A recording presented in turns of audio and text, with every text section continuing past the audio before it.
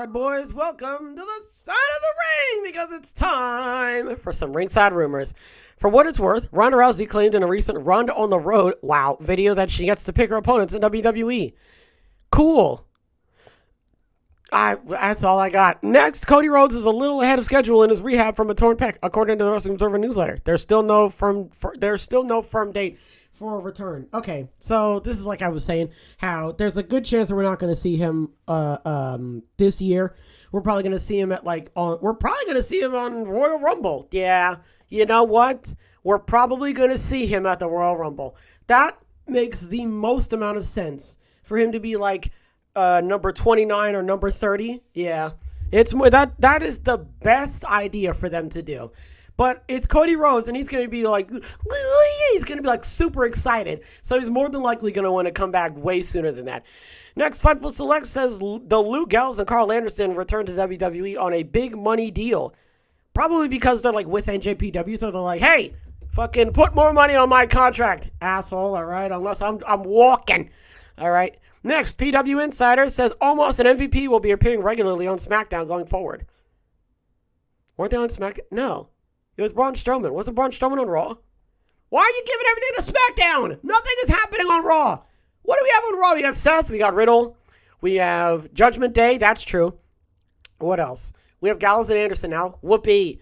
No, we have the OC. So I guess there's like enough going on. I would argue there's more going on SmackDown than there is. I was kind of loud. I apologize. I would argue that there's more going on SmackDown than there's on Raw, if I'm going to be honest with you.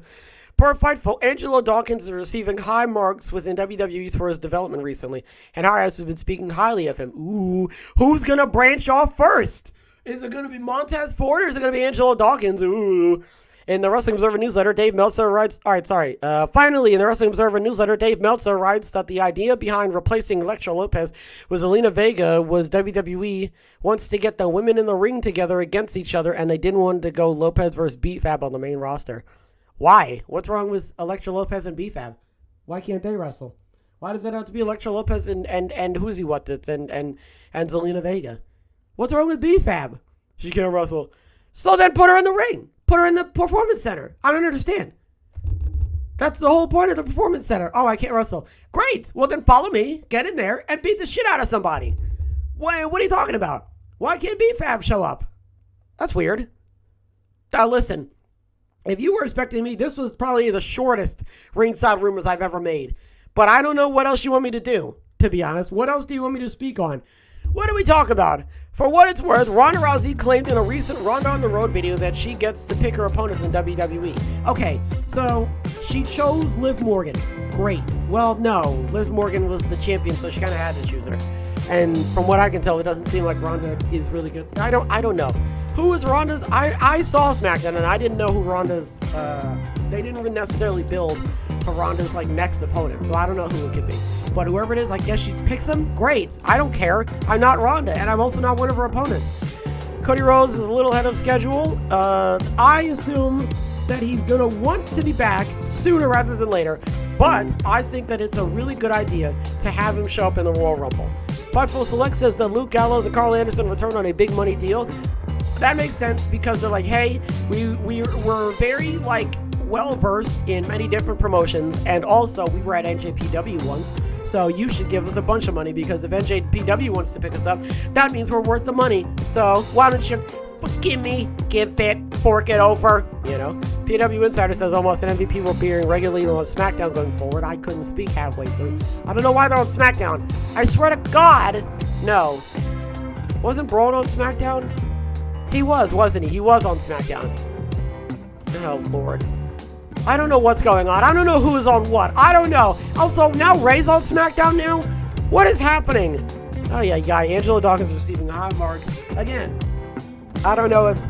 Now I'm curious to see if Angelo Dawkins is going to branch off and be a singles competitor, or maybe Montez Ford is going to branch off and be a singles competitor, or maybe they're both going to adapt each other and be like, you know what, that's it for the Street Profits, which is it. So now we're just going to do our own thing, and then we're just going to get out of here. Now, the Harabs have been speaking highly of him. Great. And then a Wrestling Observer Newsletter, Dave Meltzer writes the idea behind replacing Elektra Lopez with Zelina Vega was WWE wants to get the women in the ring together against each other. I don't know why they don't want Lopez to go with BFAB. That doesn't make any sense to me. I'm very confused about that. I don't know why they don't want to just, like, have Lopez versus BFAB. I swear they were doing... Do you remember that? They were doing that before, and then they just stopped.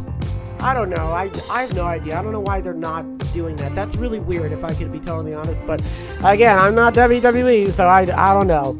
Folks, that's going to do it for this episode. I really hope you guys enjoyed this episode, because I certainly enjoyed making it. And I'll definitely catch you guys in the next one.